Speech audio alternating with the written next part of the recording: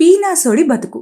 అనగనగా రామాపురం అనే ఒక చిన్న గ్రామం ఉండేది. ఆ గ్రామంలో ప్రసాద్ అనే వ్యక్తి ఫోటో స్టూడియో నడుపుతూ ఉంటాడు. ఈ ప్రసాద్ గురించి చెప్పాలంటే అతను ఒక పిసినారి. ఎప్పుడైనా ఒక రూపాయి ఖర్చు పెట్టాలంటే 1,00,000 రకాలుగా ఆలోచిస్తుంటాడు. అయితే ఒక రోజు ప్రసాద్ బజార్కి వెళ్లి అక్కడ ఇంట్లోకి కావాల్సిన సరుకులు తీసుకుంటాడు. ఆ తర్వాత తిరిగి ఇంటికి చేరుకున్న ప్రసాద్ బజార్ బ్యాగ్ ని అక్కడున్న తల్లికిస్తాడు. అప్పుడు సులోచన ఆ బ్యాగ్ లో నుండి ప్లాస్టిక్ పువ్వులు బయటకు తీసి కొడుకు వైపు ఆశ్చర్యంగా చూస్తుంది. ఒరే ప్రసాదు, నిన్ను ఏం తీసుకురమ్మంటే ఏం తీసుకొచ్చావురా? ఏమిందమ్మా, నువ్వే కదా దేవుడి పూజ కోసం పూలు తీసుకురమ్మన్నావు. అవునరా, కానీ నువ్వేంటి ప్లాస్టిక్ పూలు తీసుకొచ్చావు? నువ్వు ప్రతిరోజు దేవుడికి పూజ చేస్తావు కదా, దానికోసం ఎన్ని పూలు వాడుతున్నావో తెలుసా? అందుకే ఈసారి ఇలా ప్లాన్ చేశాను. దానివల్ల మనకు పూల ఖర్చు తగ్గుతుందమ్మా. అయితే కొడుకు స్వభావం తెలుసు కాబట్టి ఏమనలేక అక్కడి నుండి వెళ్లిపోతుంది. ఈ విధంగా ప్రసాద్ ప్రతి విషయాన్ని డబ్బుతో ముడిపెట్టి ఆలోచిస్తుంటాడు. కొన్నిసార్లైతే తమ ఇంటికి బంధువులు వస్తారేమో అనే భయంతో ఇళ్లకు తాళాలు వేసి ఇళ్లలోనే ఉంటాడు. అయితే ఒక రోజు పక్క ఊరు నుండి కోటయ్య అనే వ్యక్తి ప్రసాద్ ఇంటికి వస్తాడు. అప్పుడు ఇంటి బయట తాళాలు వేసి ఉండడం చూసి కోటయ్య ప్రసాద్ తండ్రి వీరయ్యకు ఫోన్ చేస్తాడు. హలో బావా, హలో, ఎక్కడున్నావు బావా? నేను మీ ఇంటికి వచ్చాను. ఇక్కడేం తలుపులకి తాళాలేసున్నాయి. కోటయ్య తన ఇంటి దగ్గరే ఉన్నాడని తెలియగానే ఆ విషయాన్ని పక్కనే ఉన్న తన కొడుకుతో చెప్తాడు. అప్పుడు ప్రసాద్ తన తండ్రి దగ్గర నుండి ఫోన్ తీసుకుని, బావా లైన్ లో ఉన్నావా లేదా?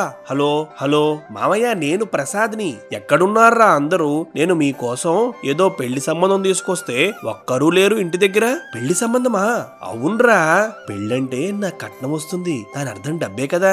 మామయ్య మీరు అక్కడే ఉండండి, నేను 5 నిమిషాల్లో మీ ముందుంటా. సరే త్వరగా రా. ఆ సమయంలో ప్రసాద్ తన వాళ్లకు ఏం చెప్పకుండా ఇంటి వెనుక రోడ్డు నుండి బయటకు వస్తాడు. ఆ తర్వాత వేరే దారిలో నడుస్తూ వెళ్లి ఆఖరిగా ఎక్కడి నుండో వస్తున్నట్టు తిరిగి తన ఇంటి వద్దకు చేరుకుంటాడు. అప్పుడు ప్రసాద్ తన మావయ్యను చూసి నవ్వుతూ ఇంటి తాళాలు తెరుస్తాడు. అలా తలుపులు తెరవగానే ఇంటి హాల్లో వీరయ్య మరియు సులోచన కనిపిస్తారు. వారిని చూడగానే కోటయ్య ఆశ్చర్యపోతాడు. నిజానికి ప్రసాద్ కంగారులో ఒక్కడే ఇంట్లో నుండి బయటకు వస్తాడు. అయితే ఆ విషయం అర్థం చేసుకున్న కోటయ్య ఇంట్లోకి పరిగెడతాడు. ఆ తర్వాత అందరూ కూర్చుని ఒకరి మొహాలు ఒకరు చూస్తుండగా, అన్నయ్య మీరు మాట్లాడుకుంటూ ఉండండి, నేను వెళ్లి మీకోసం టీ తీసుకొస్తా. ఒకసారి ఆగమ్మా, మావయ్యగా మాత్రమే టీ తీసుకురా, మాకు వద్దులే. సర్లే. అలా సులోచన టీ పెట్టడం కోసం వంటగదిలోకి వెళ్ళగా కోటయ్య వారితో మాట్లాడుతుంటాడు. చూడు బావా, మన ప్రసాద్ కోసం పక్కూర్లో ఒక మంచి సంబంధం ఉంది. కుటుంబం కూడా చాలా మంచిది. అవునా బావా, నువ్వు ఇంతగా చెబుతున్నావంటే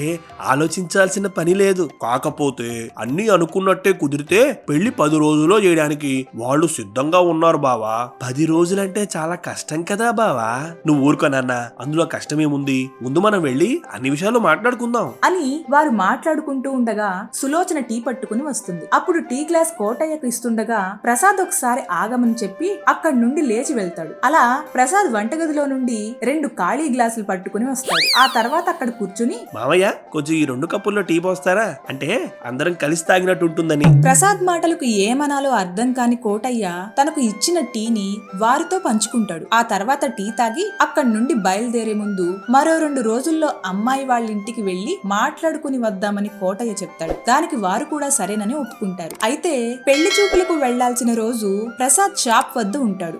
అప్పుడు కిట్టు అనే ఒక అమాయకపు కుర్రాడు షాప్ కి వస్తాడు. అన్నా, ఒక పాస్పోర్ట్ సైజు ఫోటో కావాలి. రా తమ్ముడు, ఇలా వచ్చి నిలబడు.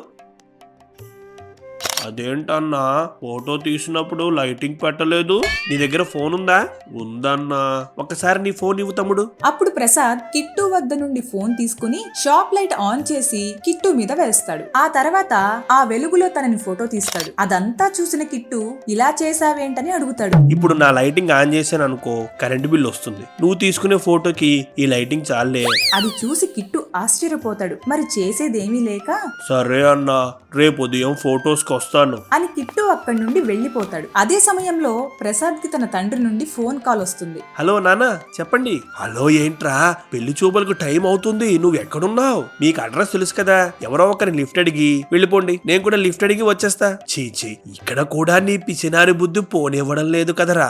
సర్లే, నువ్వు నన్ను తర్వాత పొగడొచ్చు, మీరు బయలుదేరండి ముందు అని మాట్లాడి ఫోన్ పెట్టేస్తాడు. ఆ తర్వాత షాప్ మూసి బయటకు రాగా అక్కడ కిట్టు కనిపిస్తాడు. అప్పుడు కిట్టుతో మాట్లాడి తనని పెళ్లి చూపుల వద్దకు తీసుకుని బయలుదేరతాడు. అలా ఇద్దరు బైక్ మీద ప్రయాణిస్తూ కొద్ది సమయం తర్వాత పక్క గ్రామం శ్రీరాములింటికి చేరుకుంటారు. ఆ సమయంలో తనకు వేరే పని ఉందని చెప్పి కిట్టు అక్కడి నుండి వెళ్లిపోతాడు. ఆ తర్వాత ప్రసాద్ సంతోషంగా శ్రీరాములింటికి అడుగు పెట్టగా అక్కడ తన మామయ్య మరియు తల్లిదండ్రులు అలానే పెళ్లి కూతురు నాన్న శ్రీరాములు కూర్చుని ఉంటారు. అప్పుడు ప్రసాద్ వచ్చి వారి వద్ద కూర్చుంటాడు. అయితే కాసేపటి వరకు ఎవరూ కూడా మాట్లాడకుండా మౌనంగా ఉంటారు. దాంతో ప్రసాద్ తన పక్కనే ఉన్న వాళ్ళ అమ్మతో మాట్లాడుతూ, ఇదేంటి పెళ్లి చూపులని చెప్పారు, ఎవరు లేరేంటమ్మా? నీ గొప్పతనం గురించి ఎవరి ద్వారానో వీళ్ళు తెలుసుకున్నారంట, అందుకే ముందు నీతో మాట్లాడాక పిల్లని చూపిస్తారు. అప్పుడు పెళ్లి కూతురి తండ్రి శ్రీరాములు మాట్లాడుతూ, ఏమండి, నేను ఆ అబ్బాయిని కొన్ని ప్రశ్నలు అడగాలి అనుకుంటున్నాను. అప్పుడు ఆ అబ్బాయి చెప్పే సమాధానాలు బట్టి మిగిలిన విషయాలు మాట్లాడుకుందాం, ఏమంటారు?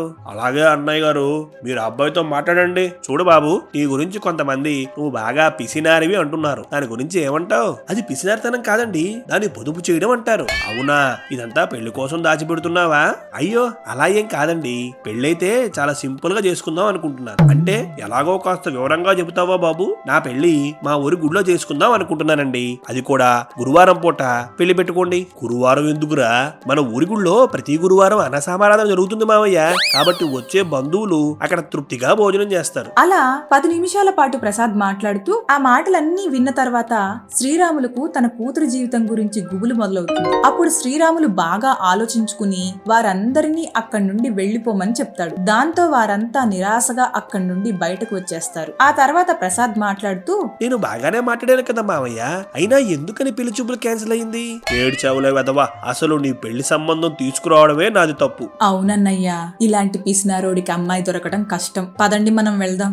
ఆగండమ్మా, ఎవరైనా వస్తే లిఫ్ట్ అడుగుదాం. నోరు మొయ్యి గాడిద, మళ్ళీ మాట్లాడావంటే చంపేస్తాను అని వీరయ్య తన కొడుకుని తిడతాడు. ఆ తర్వాత అటుగా వస్తున్న ఆటో ఆపి ఇద్దరు ఆటో ఎక్కి వెళ్లిపోగా కోటయ్య బైక్ మీద వెళ్లిపోతాడు. అప్పుడు ఒంటరిగా ఉన్న ప్రసాద్ ఎవరైనా లిఫ్ట్ ఇవ్వడానికి వస్తారేమో అని అటు ఇటు దిక్కులు చూస్తుంటాడు. సర్లే, నడుస్తూ వెళ్ళిపోదాం. ఆ మధ్య దారిలో ఏదైనా ప్రసాదం పంచి గుడి కనిపిస్తే బాగుండు, ఈ పూట గడిచిపోతుంది అని ప్రసాద్ అక్కడి నుండి నడుచుకుంటూ వెళ్లిపోతాడు. అయితే కొన్ని రోజులు గడిచిన తర్వాత ఒక రోజు వీరయ్య ఇంట్లో కొంతమంది ప్రసాద్ పెళ్లి గురించి మాట్లాడుకుంటారు. ఆ సమయంలో వీరయ్య మాట్లాడుతూ, వీడి జన్మలో పెళ్లి చేయడం కష్టమండి, అలా నిరాశపడకు బావా, ఏదో ఒక రోజు మంచి సంబంధం కుదురుతుందిలే అని వారు మాట్లాడుకుంటూ ఉండగా ఒక వ్యక్తి మధ్యలో కలుగు చేసుకుని, ఏమయ్యా పెద్ద మనిషి, మీ మేనల్లుడికి ఇన్ని సంబంధాలు చూసే బదులు మీ అమ్మాయి నుంచి పెళ్లి చేయొచ్చు కదా.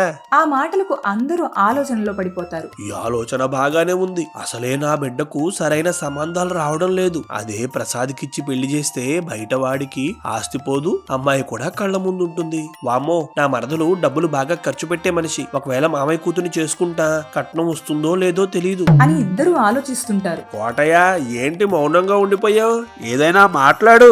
మీరు చెప్పిన విషయం బానే ఉందండి, నిజానికి మా అమ్మాయి స్వభావం కూడా ప్రసాద్ స్వభావం లాంటిది, డబ్బులు బాగా పొదుపు చేస్తుంది. ఎలాగో నాకున్నది ఒక్క బిడ్డే కాబట్టి నా తర్వాత ఆస్తి మొత్తం అల్లుడిదే కదా.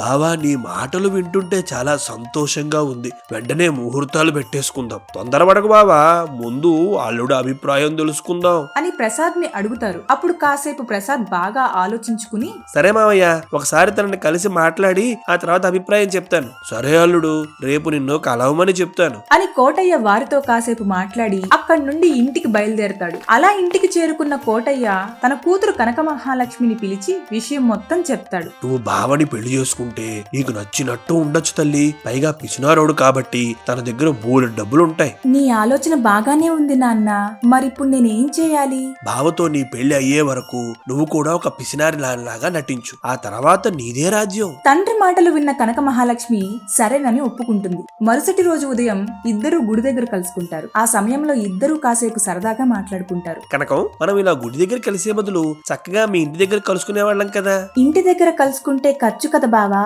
మళ్ళీ నీ కోసం టీ పెట్టాలి, స్వీట్స్ తీసుకురావాలి, అవన్నీ ఎందుకని ఇక్కడ కలవడానికి వచ్చాను. అబ్బా, తన ఆలోచనలు నా ఆలోచనలు దగ్గరగా ఉన్నాయి. బావా, ఏంటి ఆలోచిస్తున్నావు? ఏం లేదు కనకం, జీవితంలో నాకు ఎలాంటి అమ్మాయి వస్తుందా అని భయపడ్డాను. నిన్ను చూశాక ఆ భయం పోయింది. నా పిసినారితనం ఏంటో ముందు ముందు మీరే చూస్తారు కదా బావా.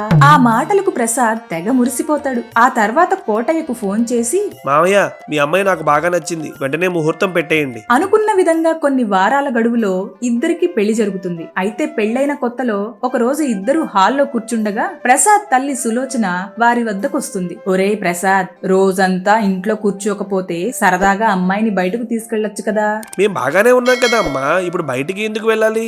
ఇక్కడ దగ్గరలో షాపింగ్ మాల్ ఉంది కదా, ఒకసారి అలా తిరిగి రండి. ఆ మాటలకు ప్రసాద్ సరేనని ఒప్పుకుంటాడు. ఆ తర్వాత భార్యను తీసుకుని షాపింగ్ మాల్ కి బయలుదేరుతాడు. మా అమ్మ పిచ్చి గాని ఇద్దరం షాపింగ్ కి వెళ్ళి ఏం కొంటాం? మహా అయితే కొత్త డ్రెస్సులు వేసుకుని ఫోటోలు తీసుకుంటాం, లేదంటే ఒక జోబిరుమాలు కొంటాం. అవునండి, మీరు చెప్పింది నిజమే. అలా ఇద్దరు షాపింగ్ మాల్ కు చేరుకుంటారు. అప్పుడు ప్రసాద్ కి కొంత దూరంలో కిట్టు కనిపిస్తాడు. కనకం, నీకేం కావాలో తీసుకో, నేను ఈ లోపల ఒకరితో మాట్లాడొస్తాను అని ప్రసాద్ తన కార్డు ఇచ్చి కిట్టు వద్దకు వెళ్తాడు. అప్పుడు ప్రసాద్ ని చూసిన కిట్టు తడబడుతూ, ఏంటన్నా షాపింగ్ కి వచ్చావా? నా సంగతి పక్కన పెట్టు గాని నువ్వు తీయించుకున్న ఫొటోస్ తీసుకెళ్ళవా? ఎన్ని రోజులు నా దగ్గర పెట్టుకోను? సారీ అన్నా, ఈసారి అటు వచ్చినప్పుడు ఖచ్చితంగా తీసుకుంటాను అని మాట్లాడుతున్న సమయంలో ప్రసాద్ ఫోన్ కి ఏదో మెసేజ్లు వస్తుంటాయి. అప్పుడు ప్రసాద్ తన ఫోన్ తీసి చూడగా అందులో కొంచెం కొంచెంగా డబ్బులు కట్ అవ్వడం చూసి ఆశ్చర్యపోతాడు. నిజానికి కనకం చేస్తున్న షాపింగ్ బిల్ అది.